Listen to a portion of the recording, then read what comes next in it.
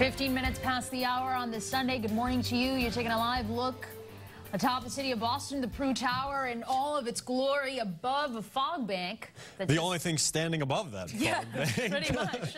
And we've got fog advisories, dense fog advisories from the Cape all the way up into Maine this morning. We do, and the fog is going to burn off, and it's hard to believe that it's so miserable and so bleak looking right now that it's going to turn out to be a pretty nice day. It'll give way to beautiful sunshine, but all eyes are on Jose because it could impact our forecast in the coming week, and you're watching that. Yeah, it certainly will be impacting. The degree of how it impacts us remains to be seen, so we'll talk about it. Anna Rittis and Nick, good morning to all of you, and let's see what's going on with Jose as of 5 o'clock this morning. The storm is about 420 or so miles to the southeast of Cape Hatteras, North Carolina. That's where it's centered. The maximum sustained winds of 80 miles an hour, so there's no change there. It's moving to the north about 8 miles per hour. So it looks like it is going to get close enough to us to get us into the rain and wind envelope of this system as it gets closer to us, and certainly starting along about Tuesday afternoon. Note it took a little bit of a jog to the east last night, so the center now is a little bit more farther to the east than it was, so that's a good news because it looks like it's going to stay on this northerly track for a while, then start to turn more north-northeast, and eventually it's going to turn more northeast. That's what the National Hurricane Center feels. Note by Wednesday, in this position, has winds of 70 miles an hour. By Thursday, has winds of 60 miles per hour. But there is some sense that this storm is perhaps going to slow down and perhaps try to do a loop to the south of us. One of the more reliable models we look at is doing just that. It brings them up here and just starts to loop it around, so it creates a longer duration event of wind and rain. But it's not, fortunately, it's not going to not going to intensify anymore into a major hurricane, so it's going to gradually weaken, so that's the good news. So we might call this a strong nor'easter with rain and wind out of the northeast coming up.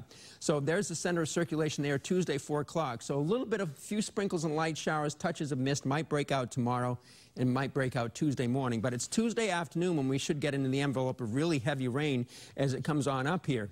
Now, if it moves on out quickly and it gets captured by the steering currents, it'll go on out. But right now, it may not be captured by the steering currents. It may do this little loop, so we may be in this rain and wind pattern for a while.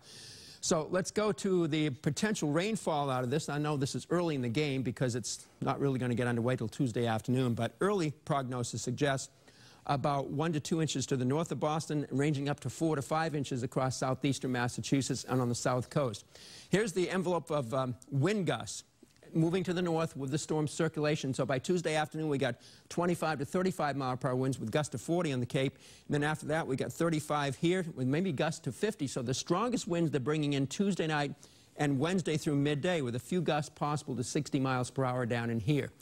So that means we have coastal concerns with coastal flooding between the noon and the midnight tides, Tuesday, Wednesday, and perhaps Thursday, rough seas, high surf, and some beach erosion.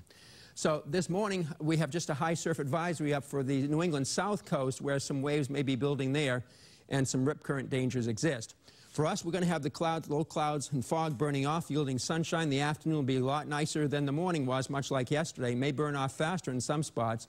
Last Sunday of summer 2017, and tomorrow we have cloudy weather and a few showers. Then it gets wetter Tuesday afternoon and pours, perhaps at times Wednesday into Thursday, with those strongest winds occurring. Of course, we'll have more as we go through the next couple of days to pinpoint what this is going to do for us. Back to you.